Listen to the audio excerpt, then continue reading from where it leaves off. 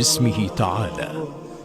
إن بقيت وبقيت الحياة سأتابع الأحداث عن كثب وبدقة، فإن وجدت أن الانتخابات ستسفر عن أغلبية صدرية في مجلس النواب، وأنهم سيحصلون على رئاسة الوزراء، وبالتالي سأتمكن بمعونتهم وكما تعاهدنا سوية من إكمال مشروع الإصلاح من الداخل، سأقرر خوضكم للانتخابات.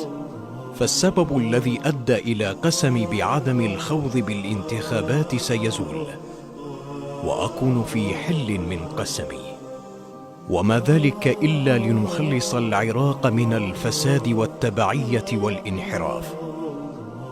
فيا أيها الأحبة، إن الدين والمذهب والوطن في خطر، وكلكم راع وكلكم مسؤول عن رعيته.